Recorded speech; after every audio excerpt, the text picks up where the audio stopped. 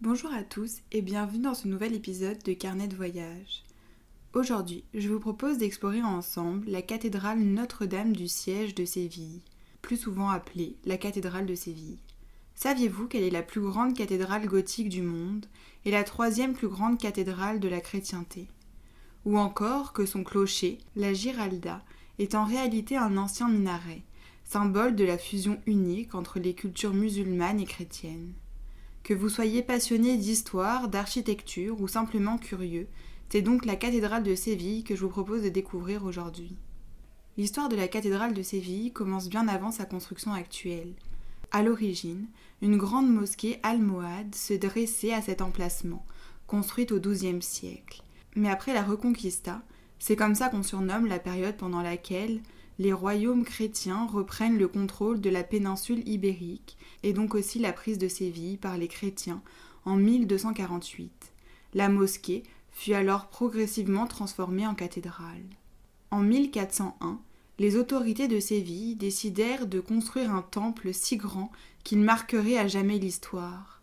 La phase prononcée par l'architecte Alonso Martinez résume leur ambition.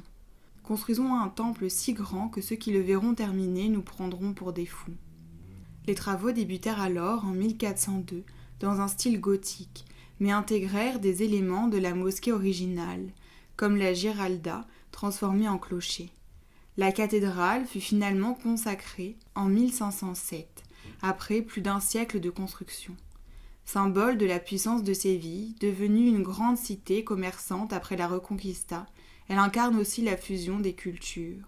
Aujourd'hui, elle est classée au patrimoine mondial de l'UNESCO depuis 1987. Imaginez un édifice de 132 mètres de long, 83 mètres de large et des voûtes s'élevant à 42 mètres au-dessus du sol. La cathédrale de Séville est un chef-d'œuvre architectural où l'on retrouve de nombreux styles. Voilà les principaux éléments qui la composent. La Giralda, tout d'abord, c'est l'ancien minaret de la mosquée almohade. Elle culmine à 104 mètres et offre une vue imprenable sur la ville.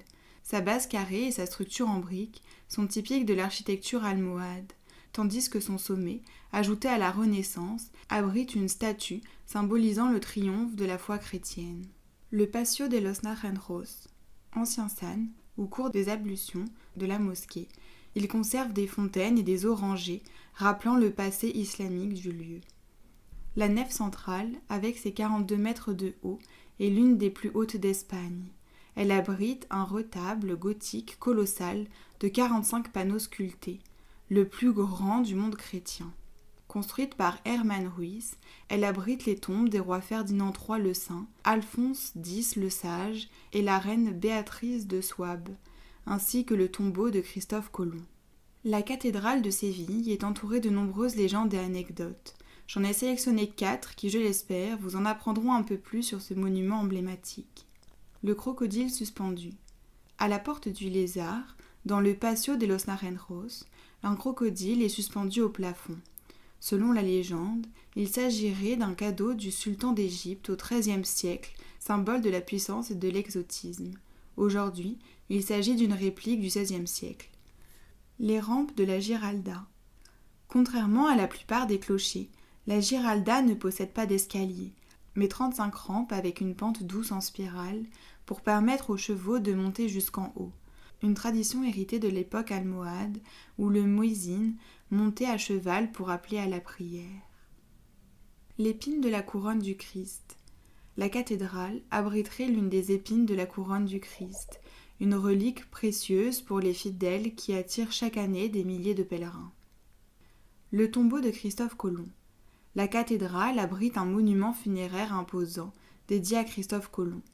Pourtant, la question de savoir si ces restes reposent vraiment ici fait encore débat avec Saint-Domingue, une énigme qui ajoute au mystère du lieu.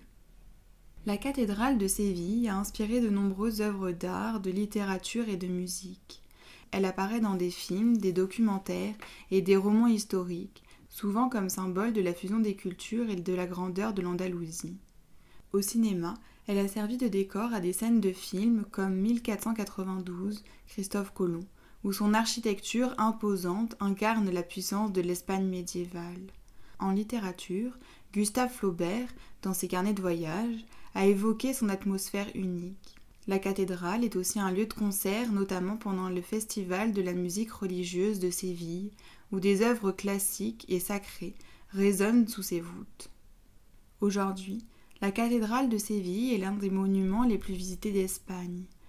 Vous pourrez bien sûr explorer la nef, les chapelles latérales et la chapelle royale, et le trésor avec des pièces d'orfèvrerie, des tableaux et des reliques, mais aussi la montée de la Giralda, avec, comme je vous le disais, ses 35 rampes, vous menant au sommet, d'où vous aurez une vue à couper le souffle sur Séville.